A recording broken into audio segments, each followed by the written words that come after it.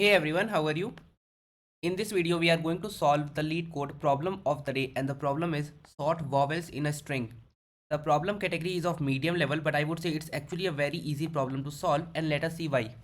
The problem, the given input is a string S, that's the input we are given, and this string S is composed of alphabets, that is A, B, C up to Z, or lowercase a, B, C up to Z.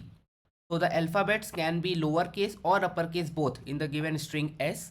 The output we need to give is we need to return the string S, the original string S. We need to return the original string S, but we have to do some change in the string. That is, we have to return the string S in which the vowels are sorted and consonants are unchanged. Basically, vowels are A, E, I, O, U in lowercase or in uppercase A, E, I, O, U. So these are the vowels, and all other characters apart from these characters in an alphabet are called consonants.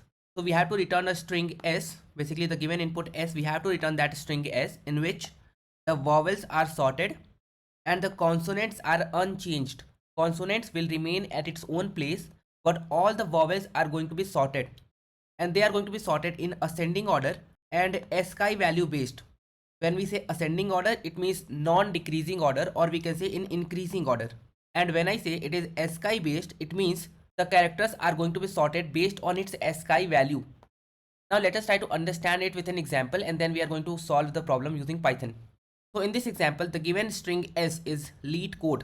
It is L capital E, then E, T, C capital O, D, E. Capital O or capital E means uppercase O or uppercase E, right? Now let us try to do one thing. Let us try to process each of the character one by one, just to see that are these characters consonants or vowels. Later on we are going to do the sorting of vowels. So L is a consonant, right? So L is going to remain in its own place. This is fine. The next character is E. It is a vowel, right? We might need to change this particular character because we have to sort the vowels in the string, right? So what we can do is we can actually create another variable or a list which is going to hold all the vowels. So we encountered a vowel E. So let's keep this E in the list. We have got a vowel E. The next character is E. So the next character is also a vowel. So we got another vowel E. The next character is T. It is a consonant. So it is going to remain in its own place. It is fine. The next character C is also a consonant. So it is fine as well. The next character is O. Uppercase O. It is a vowel. So we are going to put it in the vowels list. That's a separate list. The next character is a D, which is a consonant. So it is fine at its own place. The next character is a E, which is a vowel. So we are going to add it in our vowels list. So now what you need to notice here is this L is fine, T is fine, C is fine, D is fine.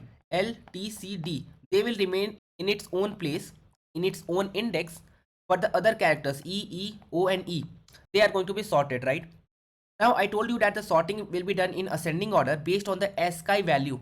So basically the ASCII value of uppercase character, when we say the uppercase characters, it means A to Z in uppercase. It is from 65 to 90. 65 is for A, 90 is for Z, A and Z. And when we talk about the lowercase characters, basically the lowercase English characters or alphabet, their ASCII value is from 97 to 122. 97, this is for A, 122 is for Z. So when we are doing the sorting based on ASCII value, it means all the uppercase characters are going to be first, and then all the lowercase characters are going to be there, right? So when we say uppercase characters, it is E and O. So we have E and then we have O. And then we have two lowercase characters, which is E and E. So we have E and E. So after sorting, the vowels will be E, O, E, E. That should be our ordering of vowels. So we just need to put all the vowels in a separate list, sort the list based on its ASCII value, and then put these values back into the original string. But while putting back, we are going to put them back in the sorted order. So what we can do is we can actually traverse the list again, but this time we are only going to look into the vowels. So we have four vowels, right? 1, 2, 3, 4. And we have four number of characters in the sorted vowels list, right? Basically the number of characters in this list is going to be same as the number of vowels we have, because we have extracted all these vowels from this string only, right? So we have four vowels here, we have four vowels here, but now this is sorted, right? So just traverse through the list. This is a vowel, so we are going to replace this with the first vowel we are having. So this will become E. Now the next vowel is this E. we are going to replace it with the next vowel we have in our sorted data. So now this E will become capital O or uppercase O. We had this uppercase O, right? Next, we traverse the list and we found a vowel here, right? This will be replaced with the next vowel we have in our sorted data. So this O will be E now. And then we have a E. This will be replaced with the last data we have in our sorted vowels list. So this E will become this E. So what you will notice here is all the vowels E, E, O, E, they are now sorted based on their ASCII values. So we have E, O, E, E in the string. And our final string is going to be L, E, O, T, C, E, D, E. That is going to be the output, and that is what we need to return. And that will be our logic to solve the problem as well. We can just first of all fetch all the vowels, sort these vowels, and then put them back into the string. That is a simple logic we are going to follow. And now let me try to explain you the solution. So let me get back to the code editor, and this is what the solution is going to look like. First of all, let's convert our string to a list so that we can change the value at a particular index. We cannot change a value in a string at a particular index, right? Now I have created a V set, the vowel set, where all the characters are vowels. It is A, E, I, O, U in uppercase, then A, E, I, O, U in lowercase. This is for a faster lookup to check that is a particular character a vowel or not. Now let me create a vowels list, and this vowels list is basically coming from the original string S. So you can see it is for V in S. We are going to put the value V in this list if this V is in the V set. That is, if the V, that is a character in the list or the string, is a vowel, then we are going to put it in the vowels list. And then we can simply do the sorting. The sorting will automatically be done based on the ASCII values. So we don't need to do any other customization here. The sorting is already based on ASCII value. And now we can just initialize the value j equal to 0. I will show you what it is for. And now we can just run a loop in our list. So I can say for I in the range of length of S, if the current character of S is in the V set, that is, if the current character is a vowel, then we need to replace it with the characters in our vowels list, right? Because now the vowels are sorted in the vowels list.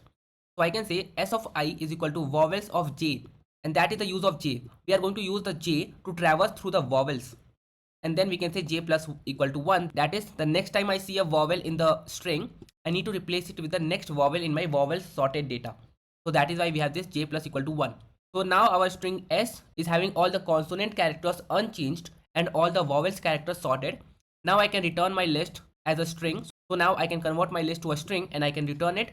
So this logic is going to convert my list S to a string. And now I can submit this, and this is going to pass all the test cases. You can see the runtime I received is very good. The memory is really good. So we have solved the problem in a very efficient way. So guys, I think it is not a medium level of problem. I think now you might have understood that yes, it is an easy problem and we have solved this. So that's it for this video. If this video has helped you to understand the problem and the solution approach, then make sure that you hit that like button. And if you have not subscribed to my channel as of now, then make sure that you subscribe to the channel as well. And I will see you guys in the next video. I want to see you guys in the next video. Thank you for watching this one.